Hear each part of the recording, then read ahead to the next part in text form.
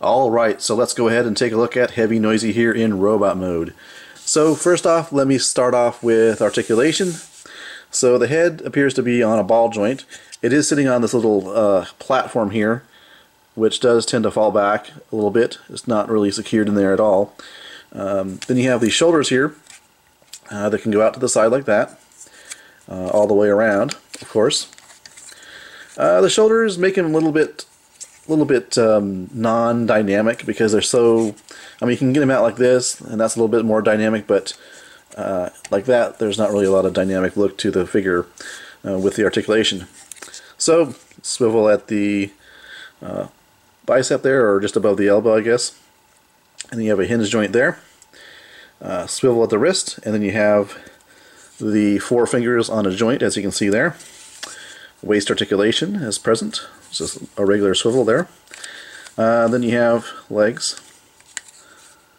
They can go forward and back and out to the side, and then you have a swivel at the thigh, bend at the knee,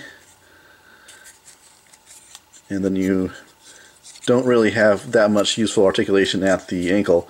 I mean, you can see this actual panel here does move, so I suppose you can count that as articulation. And then this, you know, can go up and down like that, but that's really for the transformation. So, you know, basic articulation, it's okay. On the back here, he has his, at least the way I set it up here is he has the part of the tank here on him. He just pegs into the back. So obviously, by unpegging this and leaving this off, you will get more articulation without that being back there. Now, in terms of weaponry, you actually can separate this, and this actually will come out and separate. This is a separate piece here, and then you have this going out like that and like that, and you have actually a scope, not really a scope, a sight here that comes up like that, and this can fold down like that if you want to. And what he can do is he can wield this as a weapon. So there really isn't a place on the side of his arm, but you should be able to peg in to his hand here. And so you can see Heavy Noisy can wield this weapon like that. So you do have that option. Now what you can do with this is you can use this as a shield. Now there are a couple of these protrusions sticking out from the treads, and they actually correspond to some grooves here, so you line them up here, and you can use this as a shield for Heavy Noisy, something like that.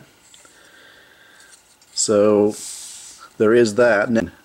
Now on the other arm, on the left arm, you can see that the actual shield will have these points facing upwards. Like, by points I mean these points up here. So depending on which arm you have it, it will be in a different orientation. So you can see there's that difference. But it does peg onto both arms just differently depending on which arm you have it on. Now the figure also does come with these 2 identical weapons. Now you can place them in the hands. The actual peg itself doesn't go all the way down, but if you just kind of place them in the hands, they stay pretty securely, I find. So you do have the option of having these weapons in the hands. I also found that you can actually peg it in up on the shoulder area. There are a couple peg holes there, as you can see, and they actually do fit in there. So there is that option as well to have both up here for this type of effect. Here is a size comparison with 2 deluxe class figures, Scorn on the right and Crosshairs on the left. Alright, so here is a size comparison with 2 Voyager class figures. Of course, on the right is Autobot Hound, on the left is Optimus Prime. And just for fun, this is a comparison with Generation 1 Bruticus. Okay, so transformation time. If you happen to have the turret here in the back, go ahead and unpeg that, set that to the side. First thing we want to do, we'll go ahead and focus on the legs here. You can see they actually can tab together. And coming to the back here, you have these panels here that do rotate up, like that. Go ahead and collapse the feet. And then the legs actually will go back like this.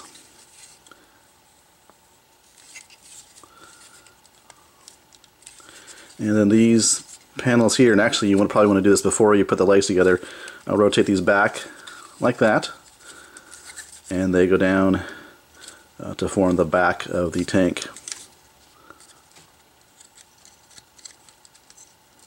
Rotate them into about this position here.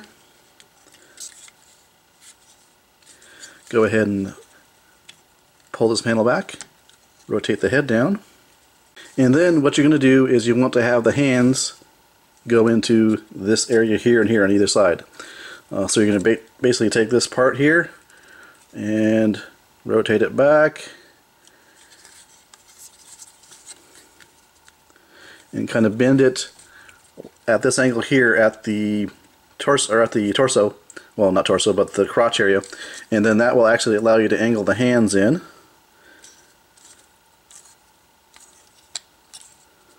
Like that. Then you can see there's 2 pegs there on that black piece of plastic corresponding to 2 peg holes there. Those should match up and they should peg in. There you go, nice and tight. Then you want to bring down this section of the tread, and there is a little tab there corresponding to a notch right there, so that all should fit into place like so. So of course we'll do the same thing over here. Bring this down like that. And then finally you want to put on the turret, and that just pegs into there. And then what you can do, and what I like to do, is put the guns on top of the turret. And there you go, tank mode for heavy noisy. Okay, so let's go ahead and take a look at the tank mode here. Now tank mode to me is very, very exceptionally good. Lots of nice sculpting detail. You can see the detail here in the treads down here, and just lots of nice sculpting all around this figure in tank mode. So we can take a look at the side, the front, and the top, the back, and finally the undercarriage.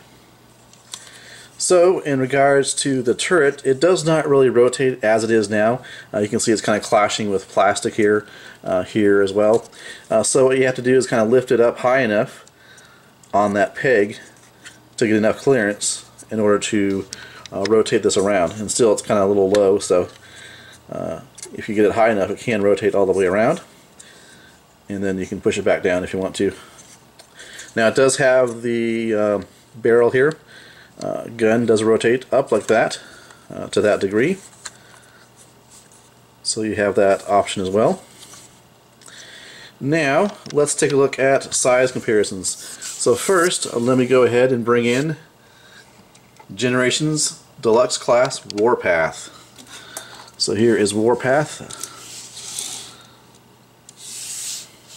as compared to Heavy Noisy here.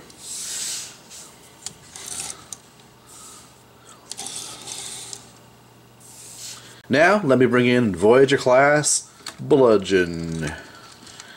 So there you go for a size comparison there.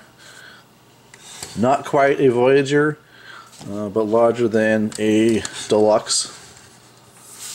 So there you go. Let's bring all of them out here. So there you go. As I said before, the Heavy Noisy figure in tank mode does fall somewhere between a Deluxe and a Voyager class sized figure. Now when I opened up the figure, there was a small bag with 4 pieces of plastic, and the instructions do not tell you what those 4 pieces of plastic are for, but I found out what they're for. Basically there are screws here, here, here, and here, and these are actually covers that cover up the recessed area where the screws are. Why the company could not install them before shipping out the product here, I'm not sure, but nevertheless I'm glad I found out what those pieces are for. Okay, so I've already transformed Heavy Noisy into his leg mode. Really basic, all you gotta do is basically start with tank mode and then fold up the barrel. There is a panel here that comes down which reveals a square connector port. Then all you gotta do then is untab these sides and split the legs like that. And then what you would do is you have this connector, which does not come with the figure. There's this connector that slips between the two sections of the leg, or two sections of the tank, however you want to look at it. And then you can see, put the legs back together or the tank back together, and then put it down into the foot here, which does not come with the figure. And then you have the leg mode. Alright, so let me go ahead and wrap up the review. So, of course, this is the second figure in the Warbotron line. First, they released the Airburst, and now we have Heavy Noisy.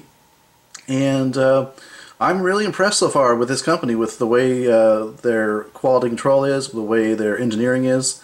The plastic on these figures so far does not seem cheap, to me at least.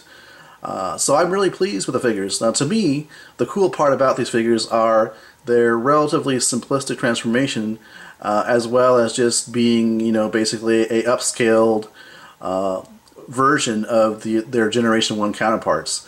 So this is a fantastic line so far. Really had no issues with the engineering or the plastic quality so far on my figures anyways. Alright, well, thanks for watching. This has been my review of the Warbotron Heavy Noisy figure.